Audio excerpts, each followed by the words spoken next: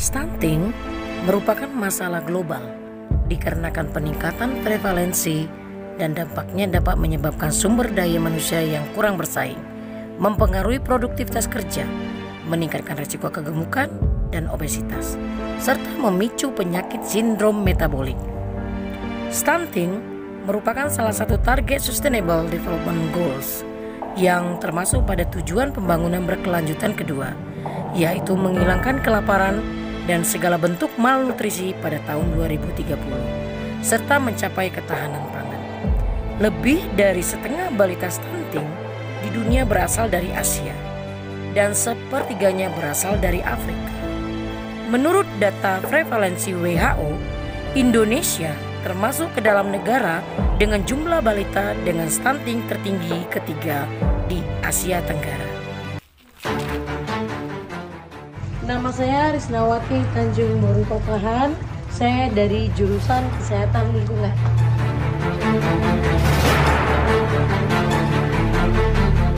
Stunting disebabkan oleh faktor multidimensi dan tidak hanya disebabkan oleh faktor kurang energi protein yang dialami oleh ibu hamil maupun gizi buruk yang dialami anak balita. Masih kurangnya akses rumah tangga atau keluarga ke makanan bergizi, kurangnya akses air bersih dan sanitasi. Keadaan lingkungan fisik dan sanitasi di sekitar rumah sangat mempengaruhi kesehatan penghuni rumah tersebut, termasuk status gizi balita.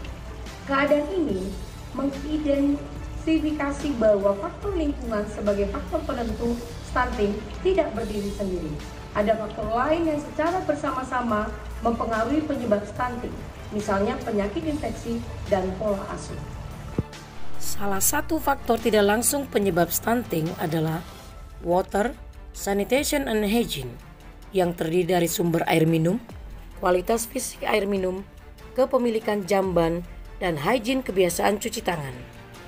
Upaya penanggulangan stunting harus dilakukan sesuai dengan faktor yang menyebabkan keadaan tersebut.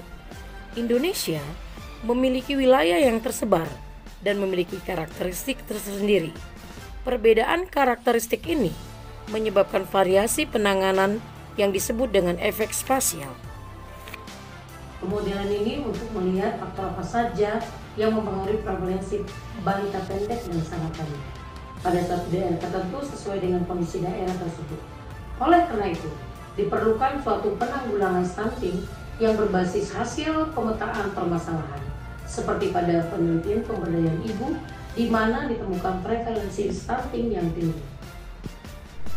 Berdasarkan data dari penelitian studi status gizi balita di Indonesia tahun 2019, bahwa prevalensi stunting di Provinsi Sumatera Utara sebesar 30,11%, sedangkan untuk Kabupaten Dairi sebesar 39,7%, dan merupakan lokus prioritas penurunan stunting di Sumatera Utara. Tingginya angka stunting di Kabupaten Dairi menjadi suatu permasalahan yang harus ditanggulangi sebaik mungkin.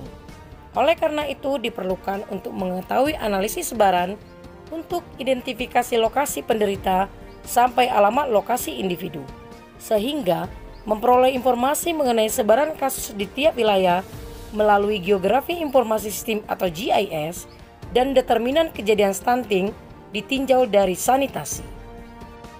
Melihat kondisi generasi selanjutnya dan untuk menekan angka stunting, maka saya melakukan pergerakan yang sesuai dengan passion saya di bidang kesehatan lingkungan.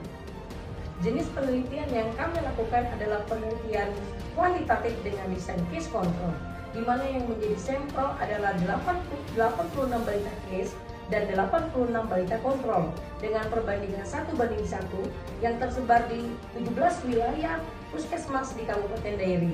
Data dianalisis dengan uji chi-square dan regresi logistik. Pengambilan data untuk sebaran stunting menggunakan GPS.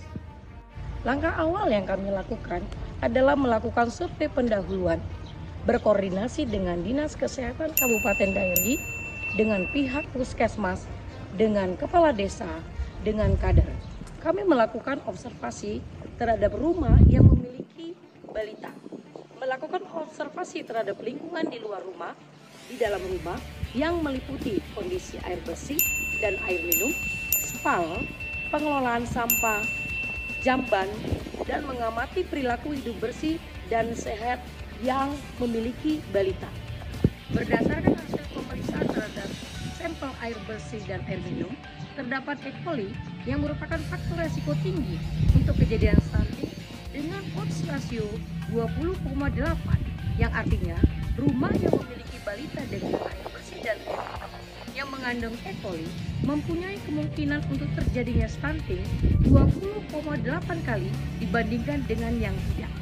Untuk variabel perilaku hidup bersih dan sehat, didapatkan odds rasio sebesar 2,27.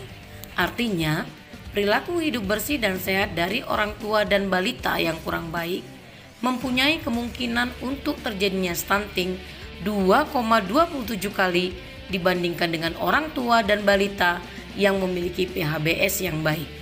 Perilaku yang kita lihat tersebut seperti kebiasaan tidak cuci tangan pakai sabun sebelum memegang, mengolah, menyiapkan makanan kepada balita, tidak mencuci peralatan anak dengan benar sebelum digunakan, tidak menutup makanan yang tidak disajikan, menggunakan air minum yang dimasak tidak sampai mendidih, tidak menggunakan jamban yang sehat. Sehingga dari hasil yang kita dapatkan, kita tergerak untuk melakukan edukasi kepada masyarakat, khususnya ibu yang memiliki balita, agar kasus stunting di daerah tersebut dapat teratasi dengan memberikan pengetahuan mengenai PHBS dan hygiene sanitasi, dan juga memberikan edukasi pengendalian mikrobiologi secara sederhana, yaitu dengan melakukan pemanasan air minum sampai dengan suhu 100 derajat Celcius, dan juga melakukan pencegahan terjadinya kontak silang antara wadah dengan media dengan cara menggunakan wadah yang sudah bersih. Kita mengetahui bahwa melakukan penyuluhan dan pengetahuan saja tidak cukup. Untuk itu, kita sedang merancang sebuah teknologi yang masih berbentuk prototipe yang diharapkan dapat digunakan untuk menurunkan konsentrasi kadar E. coli dan TSS yang terdapat pada air.